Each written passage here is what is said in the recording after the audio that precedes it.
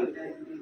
હવે આપણે ફરી એકવાર ગીતાબેનના ત્યાં આવેલા છે, જે મણિનગર વિસ્તારમાં ઈશ્વર ગુફા ફોર્મમાં રહે છે। હવે આપણી ફરીવાર એ કંપનીની ઓર્થોટોન ગીતાબેનના મોઢે આપણે સાંભળીએ એમને આ વસ્તુ લેવાથી પહેલા શું પ્રોબ્લેમ હતા અને આ ઓર્થોટોન જે આપણી આઈસીસી કંપની છે શું ફાયદા થયા છે એમના મોઢે સાંભળીએ। ગીતાબેન, હવે દર્શક મિત્રો જે અમારે જુએ છે, તમે જે થતું હોય એ કહો।